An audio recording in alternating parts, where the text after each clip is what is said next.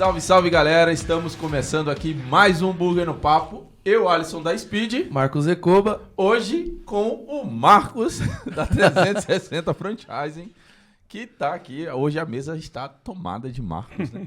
Somos maioria, é bom você ficar na miúda. Isso aí. Cuidado que eu arrebento, né? Porque vocês dois são grandes, né? Em proporções diferentes, lógico. MM aqui, ó. Isso Os é dois são bullying. grandes em proporção diferente, né?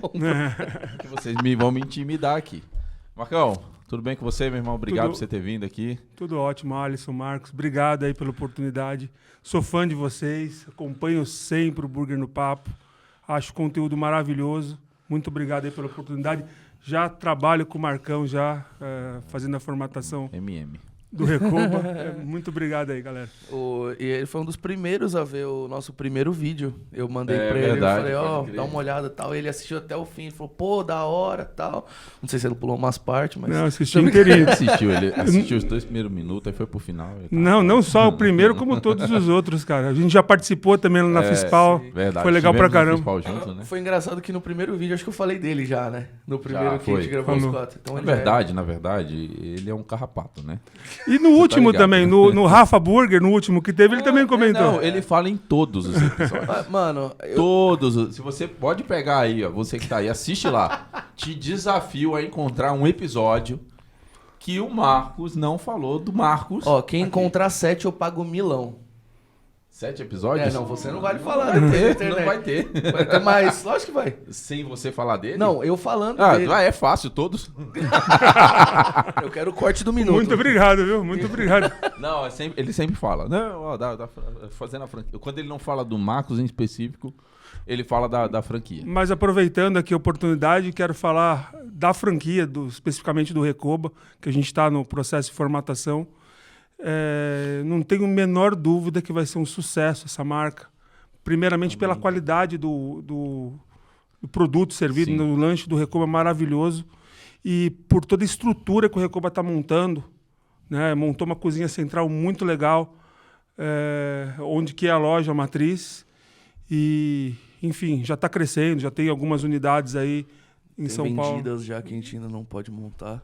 Então, Tá crescendo. vai crescer bastante, vai estourar, com certeza. Show de Parabéns bola, aí. Obrigado, você faz parte disso. Muito É isso obrigado. aí. Mas, como diz o ditado, né? Nem tudo são flores, né? Então, vamos começar esse bate-papo aí. Eu queria que você contasse um pouquinho o que veio antes, né, da 360 Franchising. Quem é o Marcos? O que você fez? Tô sabendo aí que o cara... Ele deu aula pro Jordan aí. No basquete. Nada disso. Primo do Oscar.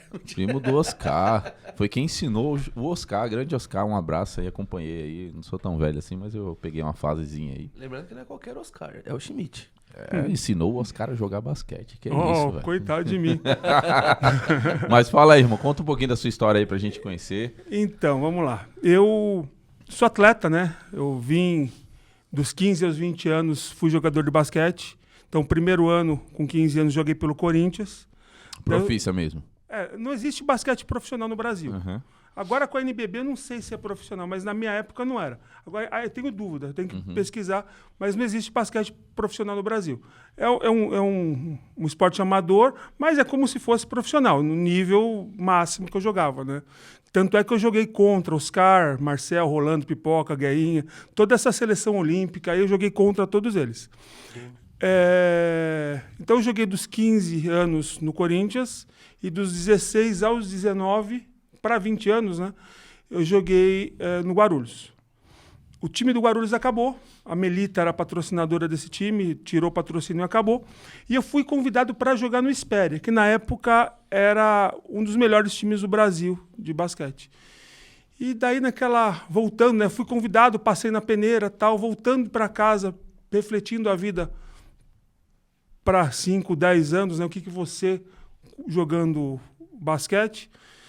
Eu falei, cara, não vou ter futuro, não tenho categoria suficiente para ir para uma seleção brasileira, para ir para uma NBA da vida, enfim. Então não vou ter futuro com isso. E eu estudava, já fazia análise de sistemas, né? Eu falei, eu vou partir para a carreira de TI.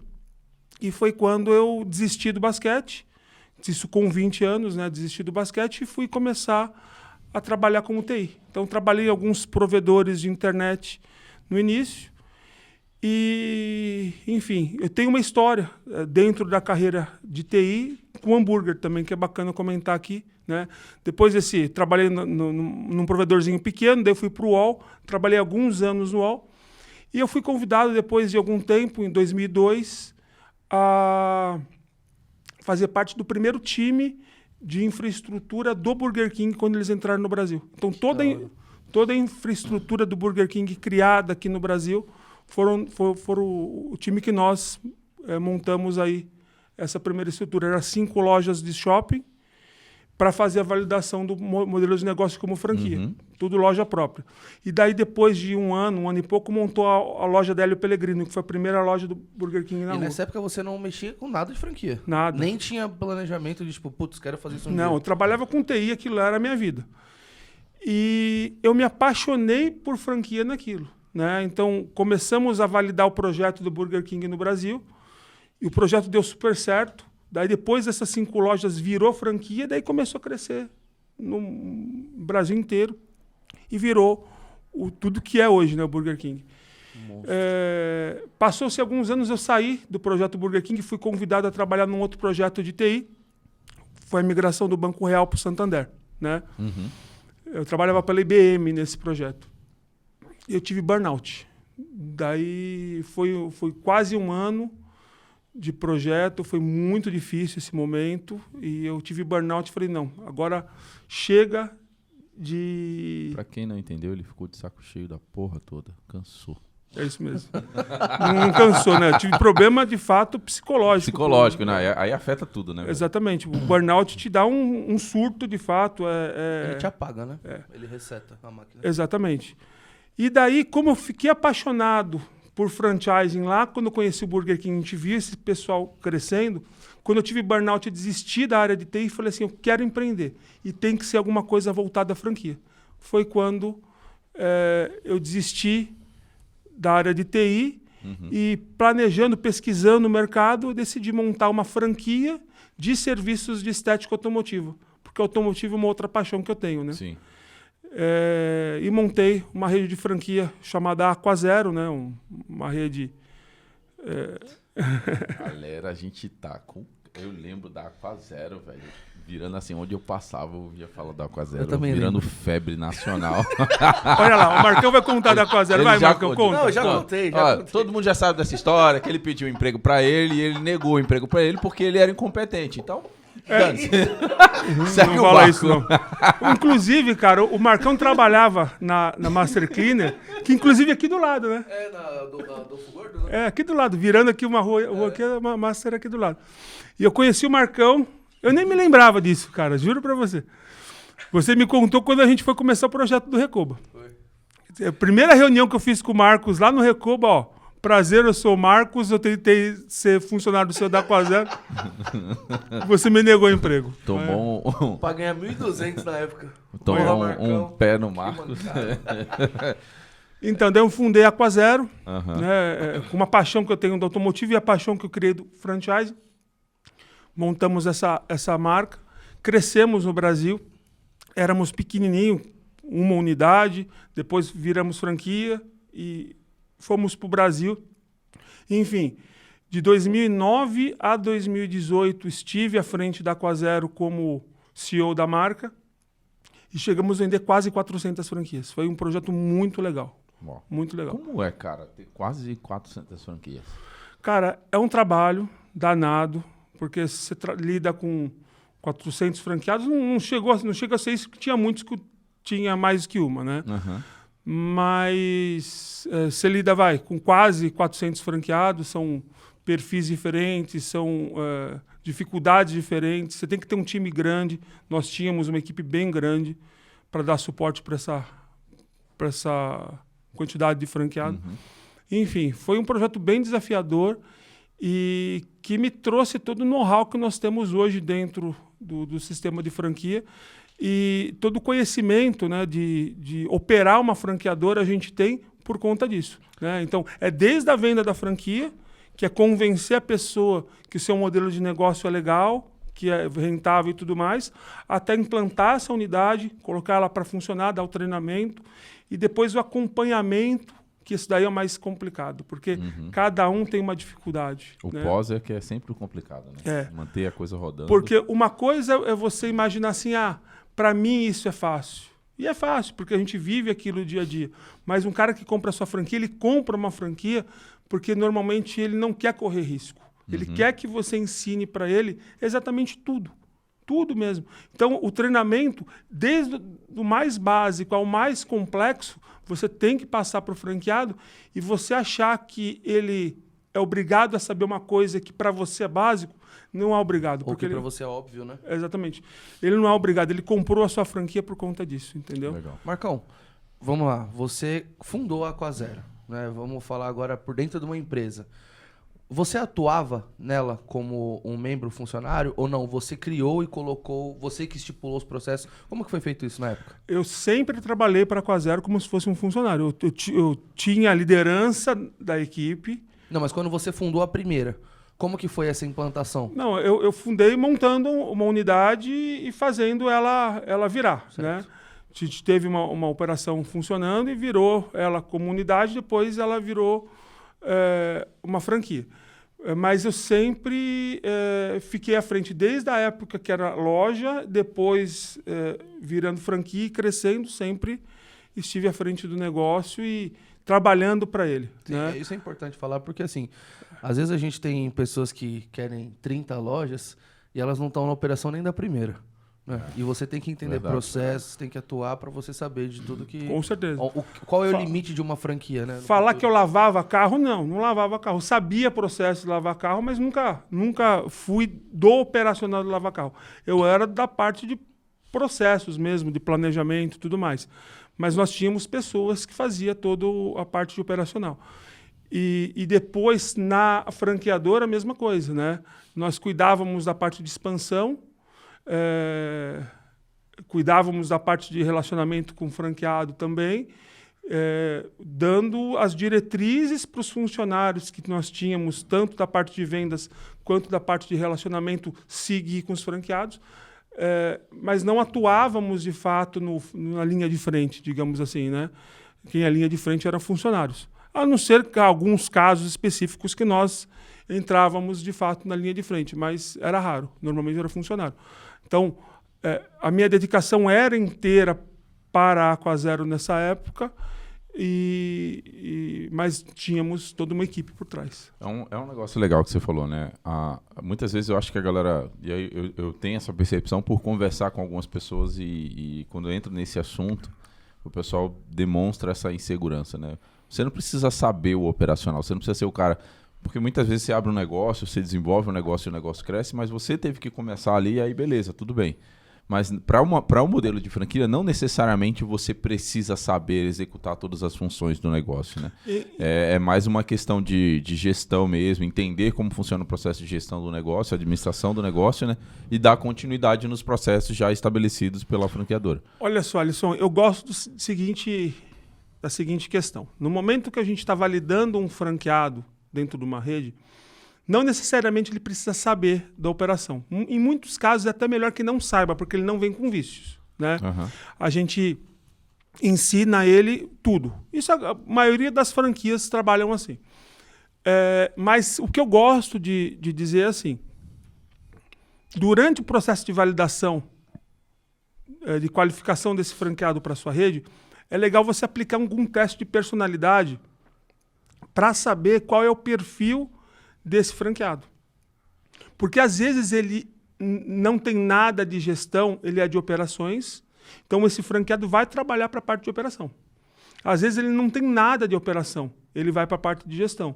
Então, colocar esse franqueado na posição que ele performa melhor é o ideal. É o segredo, né? Exatamente. Não adianta nada eu falar para um cara, por exemplo, aplicando um DISC, né, um teste de personalidade DISC, um cara que é dominante e ele fazer um negócio que é de constante, né, que precisa ir para processos, ir para detalhamento, que ele não vai fazer, ele não vai conseguir desenvolver aquilo. Ele é mais para a linha gerencial. Então, aplicar um teste de personalidade para saber colocar o franqueado na posição dele é a melhor coisa, porque ele vai performar melhor dentro da unidade. E ele contrata pessoas a qual a competência dele não atende. Legal. Enfim. Muito bom. Caramba. O que eu fico pensando... Hoje a gente tem muitas pessoas que estão na frente de um projeto e não sabem de nada. Nem operacional, Total. nem Nada. financeiro. E aí chega no dia de fazer acertos, essas coisas, tipo, tá perdido, mano. Verdade. E o que eu acho da hora, a gente teve uma reunião, então, uns 15, 20 dias, né, de alinhamento disso mesmo. E ele passou, cara, uma parte de coisa. Falou, tem que filtrar o franqueado pra isso. E, mano, às vezes é mais fácil... você não ter essa pessoa, é muito mais fácil você perder a venda do que você aceitar qualquer coisa. Ele tá tão emocionado que ele tá até chorando. A maioria das franqueadoras, cara... Não vou dizer a maioria, é difícil você citar percentual, mas muitas franqueadoras aceitam qualquer um porque não quer perder a venda. Né? E não é vender por vender só, né? Eu acho que validar a pessoa antes e fazer com que ela entenda as políticas da sua empresa, né? O propósito da sua empresa, ela comprar esse propósito é a melhor coisa para colocar um franqueado de fato. A gente estava conversando aqui nos bastidores, né? E aí eu me lembrei de uma situação. Semana passada eu conversei com uma cliente minha lá, que ela de vez em quando vai lá na loja e tal, e a gente entender, né, o processo, a importância de ter uma empresa apoiando esse momento de crescer, né? Se eu quero multiplicar o meu negócio, porque tem uma e tem mais uma outra também que a gente sabe aí de mercado. Tem duas, por exemplo, de hamburgueria, duas redes que cresceram muito rápido, assim, franquearam a todo custo, através de influenciadores e tudo mais e tal. E aí, tipo, tá com mais de 130 processos aí, quebrando, adoidado. Cara, olha só, eu costumo dizer... É terrível isso, né, cara? Com certeza. Eu costumo dizer o seguinte, olha só. Eu não sou contra o crescer exponencial, o crescer rápido. O rápido é uma coisa, o exponencial é outra, vamos dizer assim. O exponencial, você vai chegar uma hora que você está crescendo, vai chegar uma curva que você vai exponencializar esse crescimento. Daí, nesse momento, vai ser rápido. Mas não sou contra isso. Eu sou contra você vender a qualquer custo para qualquer um. Entendeu? E eu sou contra você vender de uma forma rápida, sendo que você não tem uma estrutura ainda. Para dar suporte, né? Exatamente. Então, por exemplo, o Burger King, o McDonald's, se cresce de uma forma exponencial, eles têm uma equipe muito boa, eles têm um preparo muito bom por trás que consegue dar todo esse suporte. Outras marcas, Cacau Show, a Boticário, são as maiores marcas aí de mercado do franchising. A Cacau Show recentemente passou a Boticário, mas são as duas maiores. Eles crescem aí, se eu não me engano, o Cacau Show no ano passado vendeu 1.000 lojas. Uau. O ano passado, acho que foi esse o número, 1.000 lojas. Caraca. Ele tem condição de dar esse suporte para o franqueado, não perde qualidade, porque a equipe que eles têm por trás dá, de fato, a condição de abrir essas 1.000 lojas. Agora, você pega uma franqueadora que acabou de nascer e vende 100, 200, 300 lojas, a chance de tudo dar errado é muito grande. Sim.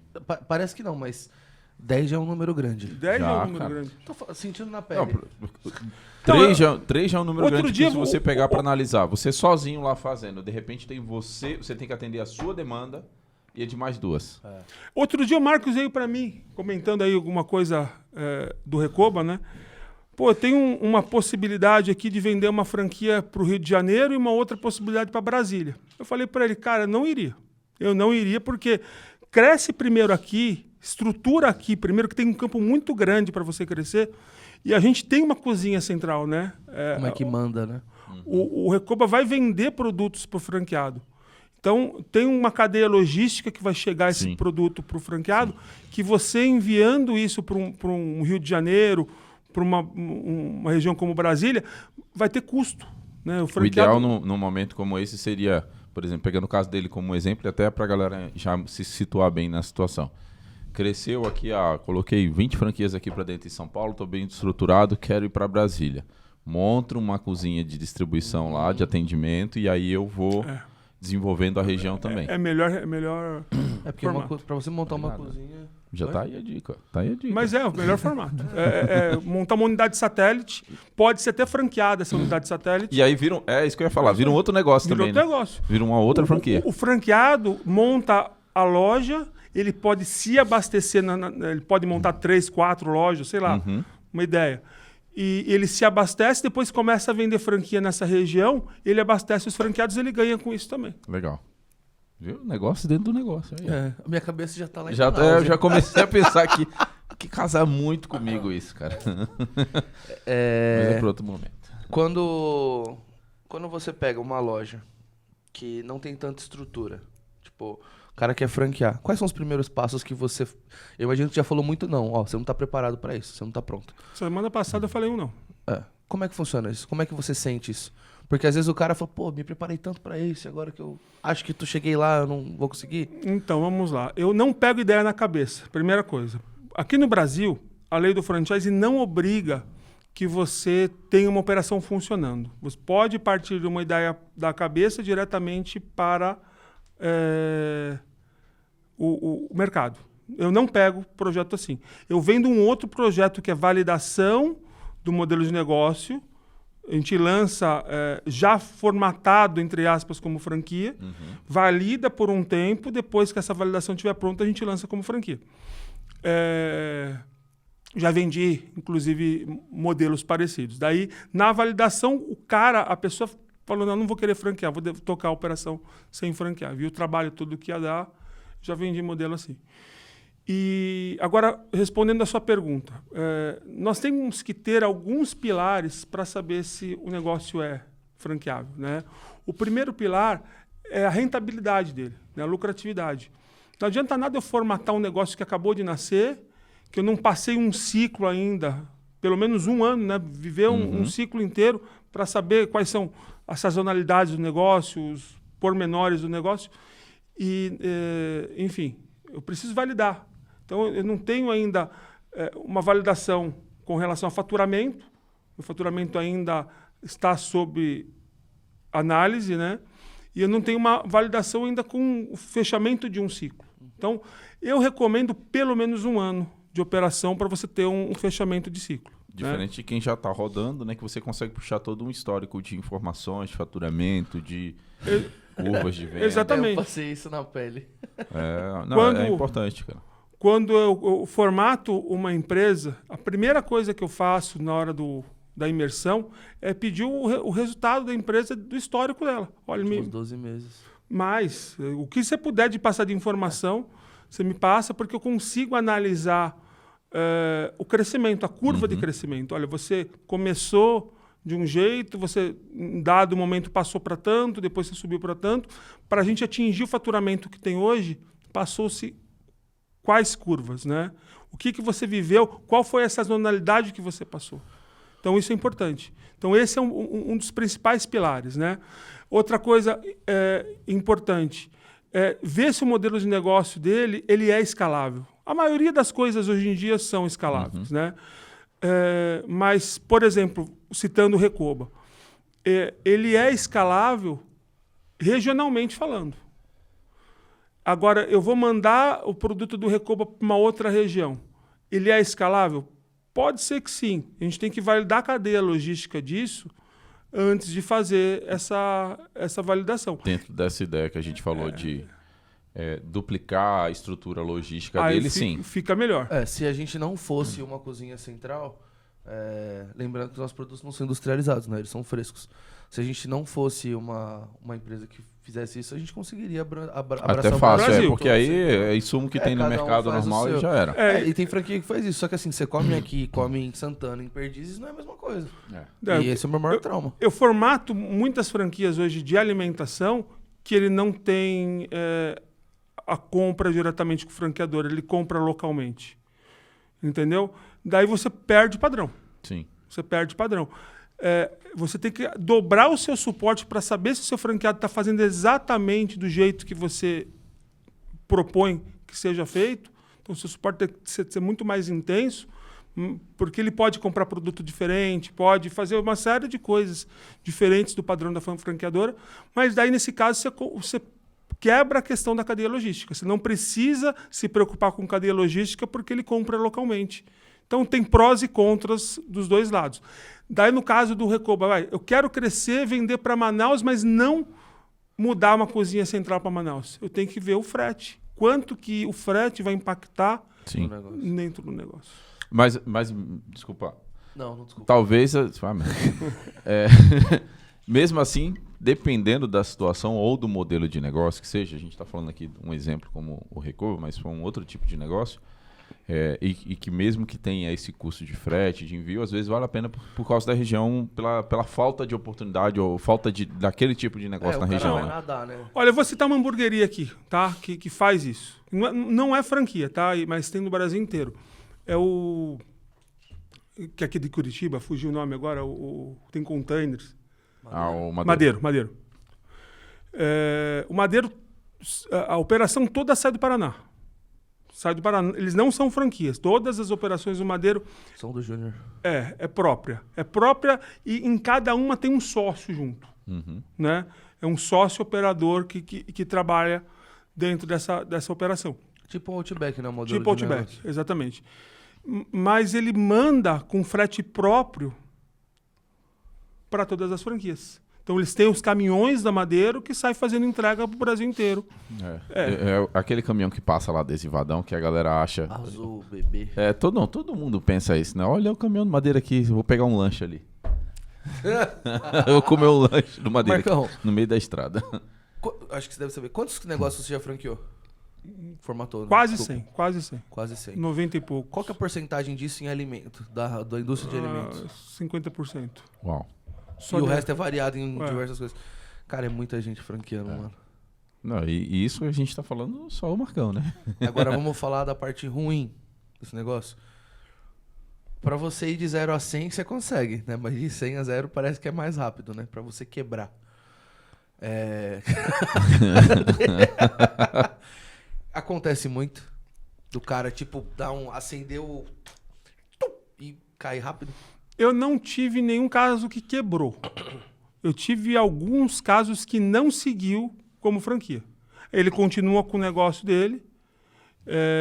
Ele vendeu uma unidade, a unidade está lá funcionando e ele não seguiu Estagnou. vendendo, não escalou. Não escalou. Agora, quebrar, das que eu formatei, nenhuma quebrou. Pelo menos eu não visualizei nenhuma. Agora, tem franqueadora que quebra, sim. Tem muita franqueadora que cresce, chega uma hora que não dá mais conta e quebra. Mas quebra pelos processos que tomam porque não dá conta. Quebra porque não tem estrutura e faz dívida. Qual que é o maior... Tem de tudo, cara. Tem, assim, eu diria assim, você quebra por 2 motivos. Ou porque você vende pouco ou porque você vende muito. Que vender muito também dá problema. Porque né? eu vendo muito, você quebra? Sim. Se você vende muito à torta à direita, você vai ter uma série de problemas. Você vai ter problema com cadeia logística, você vai ter problema com suporte ao franqueado, você pode ter problema com processos, caso você não ofereça um suporte de acordo. Enfim, você pode ter uma série de problemas que em cada um desses problemas você vai criar um gargalo dentro da sua operação. E numa hora você pode quebrar. Eu já vi muita franqueadora quebrando aí por conta de falta de caixa, né? Vendeu um monte, não tinha uma política de royalty condizente à operação, a dar o suporte para o franqueado, não ganhava do franqueado o suficiente para conseguir dar esse suporte. Isso a maioria dos casos acontecem nesse perfil. Então, eu vou vender uma franquia e vou cobrar do meu franqueado, sei lá, R$500 de royalty. Eu não quero onerar a operação do franqueado. Tá, tudo bem, eu concordo em não onerar a operação do franqueado. Mas a franqueadora, esse royalty vai servir para quê? Para dar suporte para o franqueado. Eu consigo dar suporte para o franqueado com esses R$500? Acredito que não, né? Então você tem que fazer todo esse cálculo para ver operacionalmente algo que seja viável para a franqueadora, para dar o suporte, ter lucro também. Sim. e viável para o franqueado para que ele consiga pagar aquele royalty e tenha lucro também, entendeu? Tudo isso tem que ser feito com um bom planejamento. Boa. Quando uma empresa ela já existe há algum tempo, a gente costuma dizer que ela chegou na maturidade, né? Tipo, ela chegou no teto de faturamento e tal, ela está indo muito bem. Dá para crescer mais? Pode ser que sim, mas às vezes ela chegou ali e estacionou. Esse é o momento de franquear? Qual que é o melhor momento? O que você indica ou sugere? Não, pode ser esse momento, é claro. O momento da alta da empresa é um momento legal. Mas se você vê um negócio que está crescendo e mesmo que ele não esteja tão maduro, mas você passou alguns ciclos e você viu que sempre houve crescimento, você pode franquear tranquilamente. Um pilar que eu gosto de olhar, e eu sempre pergunto para os meus clientes, isso não significa que o negócio vai ser franqueável ou não, tá? Uhum. Mas de fora, as pessoas olhando perguntam para você se você é franquia e quer comprar o seu negócio. Se as pessoas olhando têm essa visão de fora e quer comprar o seu negócio, a chance de dar certo é muito grande. Por quê? Alguém, sem nenhuma pergunta, sem nenhum anúncio, achou o seu negócio legal e quer adquirir aquele modelo de negócio como franquia. Já é um termômetro natural, né? É um termômetro natural, exatamente. Então, daí você tem que olhar outras coisas, é claro. Olhar para processo, olhar para faturamento, olhar para uma série de coisas. Mas é um termômetro natural, com certeza. Legal. E, Marcão, seguinte.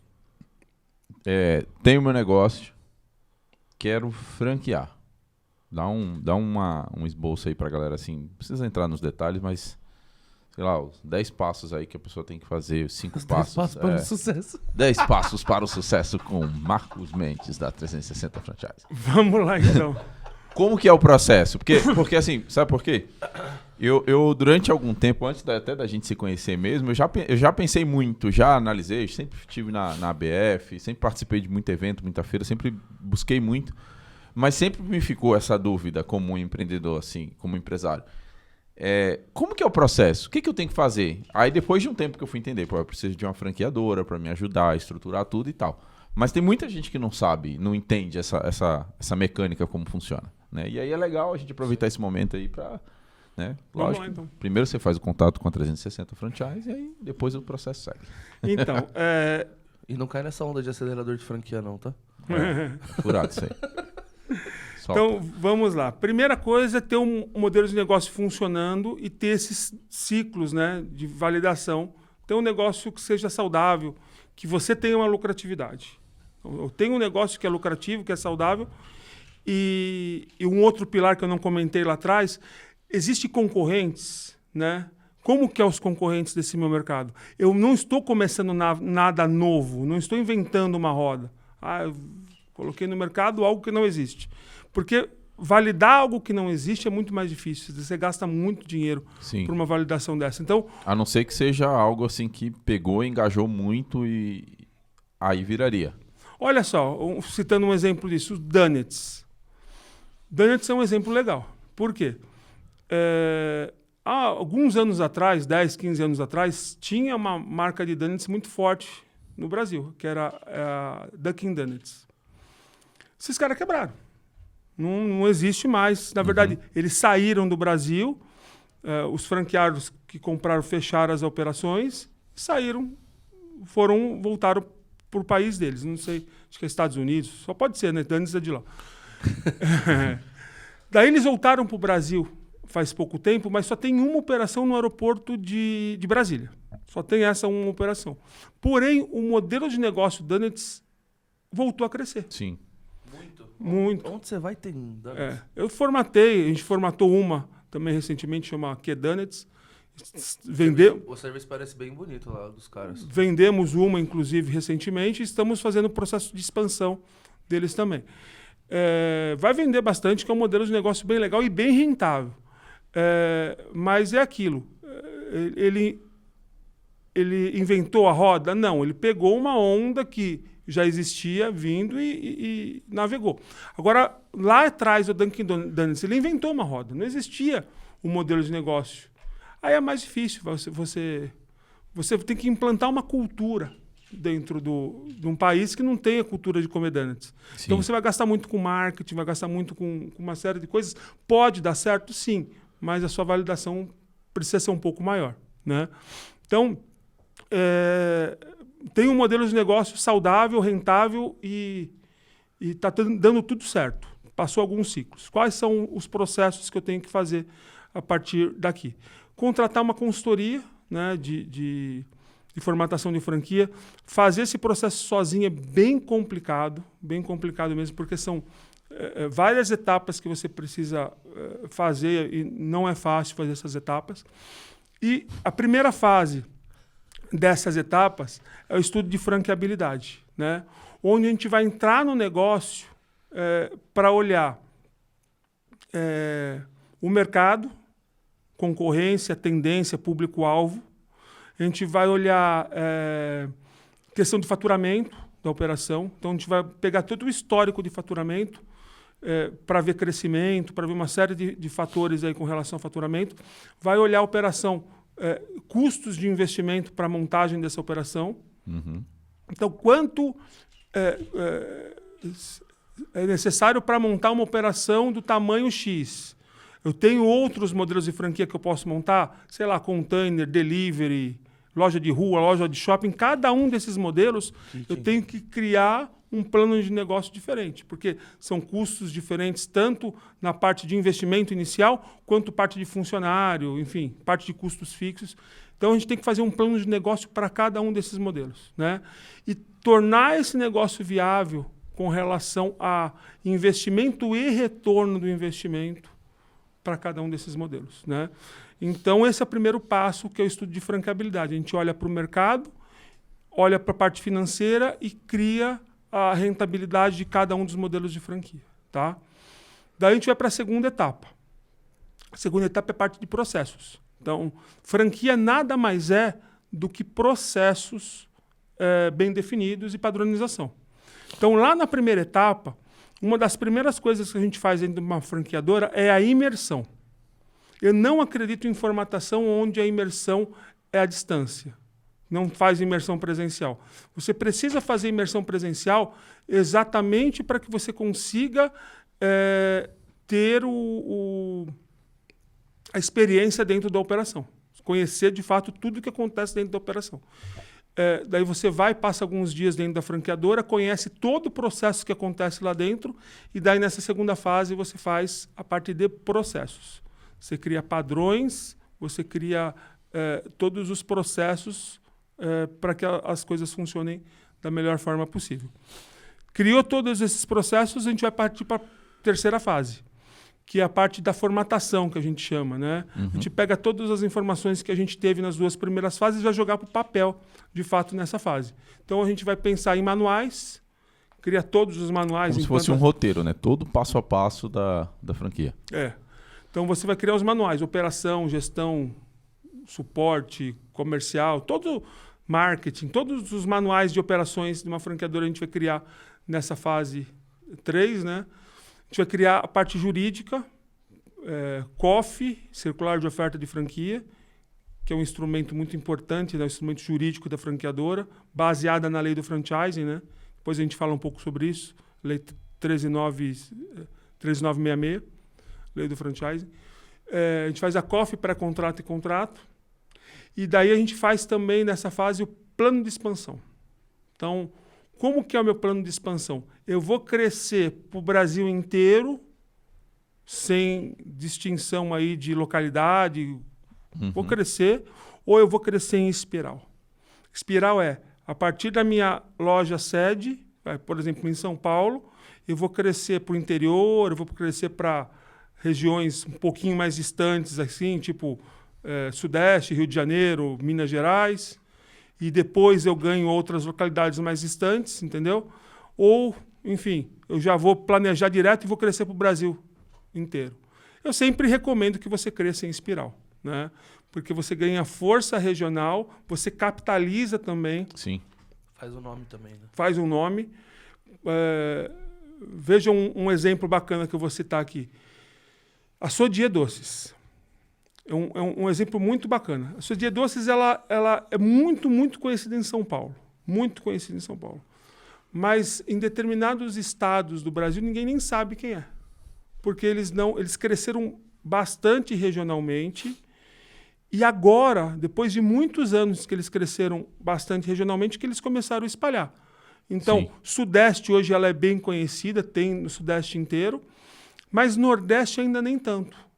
Eles já estão no Nordeste, mas nem tanto. Por quê? Eles cresceram bem no formato de espiral, entendeu? Isso te dá força regional e te capitaliza. Porque você tem muitos franqueados te pagando royalty. Então, o caixa da franqueadora está legal para quando, no momento que você vai para longe, você consegue dar o suporte. Me tira uma dúvida. Pro Sodier não era Sodier, né? Era outro nome. Era Sensações, não era? Não sei. Acho que era Sensações Doces. Como é que eu pergunto? Mudar de nome durante o processo? Porque eu lembro das Sensações quando eu era molequinho, eu morava em Indaiatuba. Eu lembro que eles tinham uma loja lá e tal. Não sei se estou falando cagado, mas tenho certeza que mudou depois para Sodier. E aí, tipo, tem que fazer todo um trabalho de novo. Rebranding, né? Acontece, viu, Marcos? Acontece. O que acontece? Lá na primeira fase da formatação, a primeira coisa que a gente vai ver é o registro de marca. Você tem que estar registrado na classe do seu segmento. São várias classes, na verdade. Né? E a classe 35, que é a classe do franchising. No caso de uma hamburgueria, tem que ser de alimentos, de delivery, de... Burger, logo, nome... E na classe do franchising, que é a classe 35. Você tem que estar registrado em várias classes. Quando você não está registrado, você tem o risco de alguém ter aquele nome e solicitar que você tire o nome, né? Então, isso é muito importante. E uma outra coisa importante. A obrigação da lei brasileira é o seguinte: eu posso depositar no INPI, ter o protocolo de depósito, e isso já é o suficiente para que eu possa franquear. Porque demora um ano, em média, o registro. Antigamente demorava mais. Demorava 4, 5 anos. Era uma loucura. Hoje demora um ano. Um ano, porque esse tempo é para questionamentos, né? Se alguém, não, já tem a marca e tal. Exatamente. E nesse período que você depositou até ter de fato o nome, você pode perder esse nome. Uhum. Daí, se você perder o nome e você já está com franquias vendidas, você vai ter que trocar todos eles. Todos eles. Já imaginou? Não, já estou em ordem. O meu primeiro registro saiu recentemente, que é o de... Faz um ano, literalmente um ano, a advogada mandou mensagem, até indico depois uma advogada para registro de marca muito boa. Ela inclusive, fez a nossa aqui do Bug no Papo. Verdade, mesmo? Né? Então, um abraço, Raquel. Grande Raquel. Falei com ela ontem, né? Inclusive. Mandaram. Porque é uma coisa bem pertinente, né? Quando tá nesse processo aí de identidade e tal.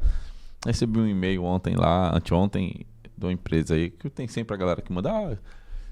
Seu processo já está aqui no NPI, tal, segue o boleto com a taxa tal. Isso aí é o maior crime da história. E assim, tem muito isso. Cara, não caia nisso, velho. Aí eu falei com ela, doutora Raquel, não sei o que, ela, não, relaxa, filho, já tá tudo certo. Eu fiz isso com ela na sexta-feira, eu falei, doutora, isso aqui tem a ver com você e tal? Ela, o que for, o que tiver comigo, vai vir através de mim. E isso daí é um baita de um problema, né, que a gente tem hoje, esses golpes, porque as pessoas ligam e falam, estão registrando sua marca e tal, e é você mesmo que tá dando a entrada no processo. É isso aí.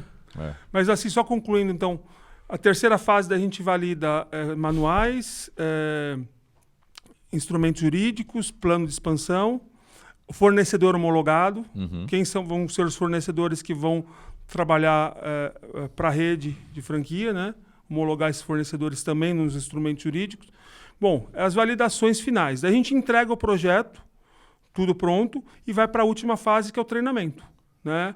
O treinamento, um dos nossos grandes diferenciais, é que a gente ajuda o cliente na venda da primeira franquia. Né? Então, todo o processo que vai ser necessário para fazer a venda da primeira franquia, desde captação do lead, negociação com o lead, fazer as entregas dos instrumentos jurídicos, fazer todo o processo para que esse franqueado entre e faça uma boa implantação, a gente ajuda o nosso cliente. Então, lá, de fato, a gente entrega todo o projeto, com um treinamento na prática, de fato, de tudo que vai acontecer. Surreal. Só não aconteceu comigo porque eu me antecipei. Ninguém mandou falar. A cara do cara. Tem que bater nele, Só, né, de vez em só quando. eu né? sei, às vezes, quando ele liga, eu falo, meu, por que você tá fazendo isso? E tem muito disso também, né? Tem um franqueado que, né, a empresa que tá franqueando lá com vocês, o seu cliente, que o cara é acelerado, né? Tem, cara. Eu não vou discordar que tem que estar acelerado. Você tem um cara na tua porta querendo comprar o seu negócio, Sim. você tem que vender. Só que tem que tomar uns cuidados, né? Porque tem muito risco que se corre durante esse processo de entrega da COF, os 10 dias que são obrigados por lei, enfim, tem toda uma sistemática, né? Um processo que tem que ser seguido aí, que se falhar pode ter problema, entendeu? Legal. Última perguntinha. Você indica a empresa fazer os processos por ela mesma? Ou você seguir, tipo, eu vou fazer aqui a venda, tal. O que você indica? O Recoba vender ou você vender pelo Recoba? Um exemplo. Então, olha só. Quando você formata uma franquia, Isso. o que você não sabe fazer do dia a dia de uma franqueadora? Que você não sabe. Você não sabe vender franquia, que você nunca fez aquilo. E você não sabe implantar a operação, porque você também nunca fez aquilo. você nunca fez aquilo.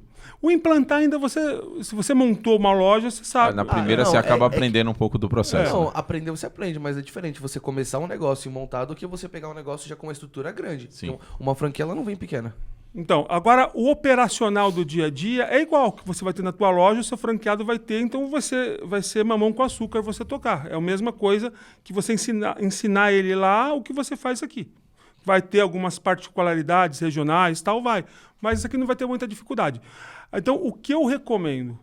A expansão, pelo menos no começo, terceirizar. Porque não é algo do seu dia a dia. Entendi. A implantação, você seguindo um checklist, você faz. Qual é o checklist?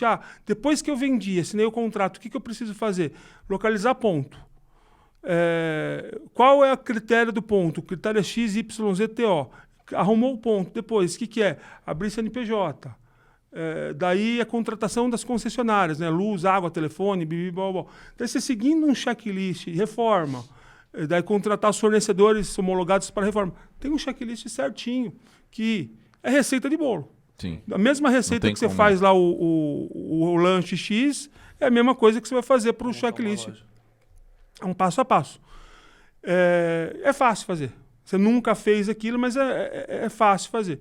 Agora, a venda não, porque a venda tem todo um critério, né? Primeiro, a validação, a chegada desse lead, né?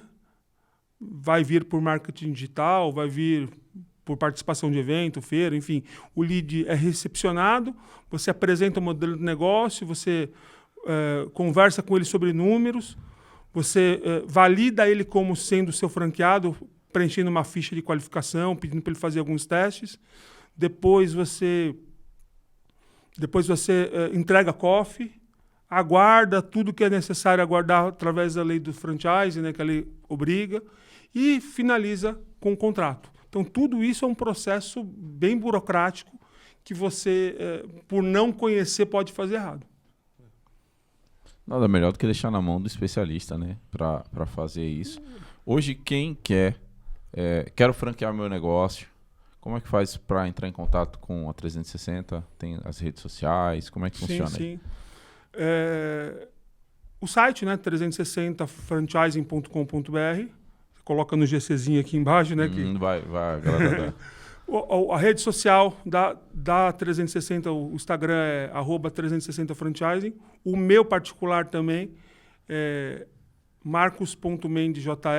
Também a gente pode conversar por lá, né? Uma coisa legal que eu vi é que você posta bastante conteúdo, né? Para ajudar a galera a entender um pouquinho mais sobre o mercado de franchising, como tomar uma decisão, se é o momento exato ou não, o que a pessoa pode já pegar de termômetro ali do seu próprio negócio para entender se ele tem encaminhamento para isso. Com isso certeza. É legal, né? A gente posta bastante coisa, com certeza. Show Tudo de com bola. relação ao franchise, a gente está lá no dia a dia. Show de bola. Muito isso, bom. Né? Eu queria aproveitar, né, que a gente está falando aí de parcerias, de crescimento, desenvolvimento, aqui agradecer os nossos patrocinadores, né, que estão aqui nos apoiando desde o começo. Agradecer lá o grande Pedro. Pedro Lino. Aí, a menina a Ana, eu chamo ela de Ana Paula, não é Ana Paula o nome dela, é Ana Clara. Excelente. E eu, 300 episódios aqui, mandando um abraço, falando, Ana Paula, não. E não era. Olha só. Ai, meu Deus. A equipe da Reina lá, que é sempre, vira e mexe, eu tô lá falando com eles. Brigadão aí pelo apoio. Você que tá precisando de embalagens aí pro seu negócio, vai lá. Tem inclusive um cupom de desconto rolando lá, no Papo 10. Vai lá no site da Reina que você consegue comprar os seus produtos. A Laminuta, com esses pãezinhos aqui maravilhosos, ó. Esse pãozinho de brioche surreal. Você que quer fazer um pão diferente aí pro seu negócio, quer desenvolver, criar alguma coisa diferente, fala lá com o nosso mago louco Denis, né? E a McCoy's Pickle Factory aí, mandar um abração pro Fábio, que agora, finalmente, depois de 365 mil feiras, nós conseguimos pegar ele com o laço de cowboy do Marcão aqui e marcamos em breve, já tá aqui, já tá agendado. Vai gravar aqui um podcast conosco. A história do Fábio também é muito louca. É, com aquela voz de locutor sedutora que ele tem. Abração, Fábio. Agradecer aí pela parceria, por estar aqui apoiando o nosso projeto. E, cara, lógico, né? A gente não podia deixar passar, como sempre.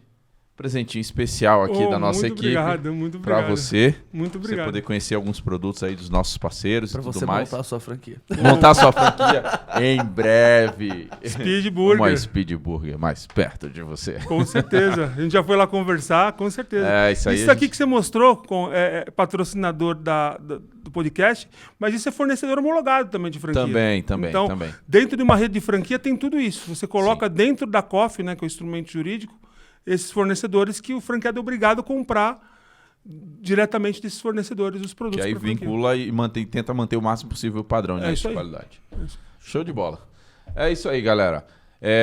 A gente vai ficando por aqui hoje, né? Agradecer aí mais uma vez a visita do Marcão. Muito obrigado. Para você que aí está acompanhando, quer aproveitar para desenvolver o seu negócio, quer crescer, sonha em desenvolver, em levar, você tem algum produto, algo, putz, faça uma tapioca fenomenal, faça um negócio diferente, quero levar um pouco desse meu produto aí um pouquinho mais para fora, quero que as pessoas conheçam, quero de repente aí ajudar pessoas a desenvolverem renda e tudo mais, fala lá com o Marcão da 360 Franchise, procura eles lá, vai aparecer aqui as redes sociais, site para você entrar em contato e não espera, porque se a gente deixa muito para depois, o tempo passa, às vezes você desanima e às vezes você perde a oportunidade de alavancar o seu negócio. Fechou?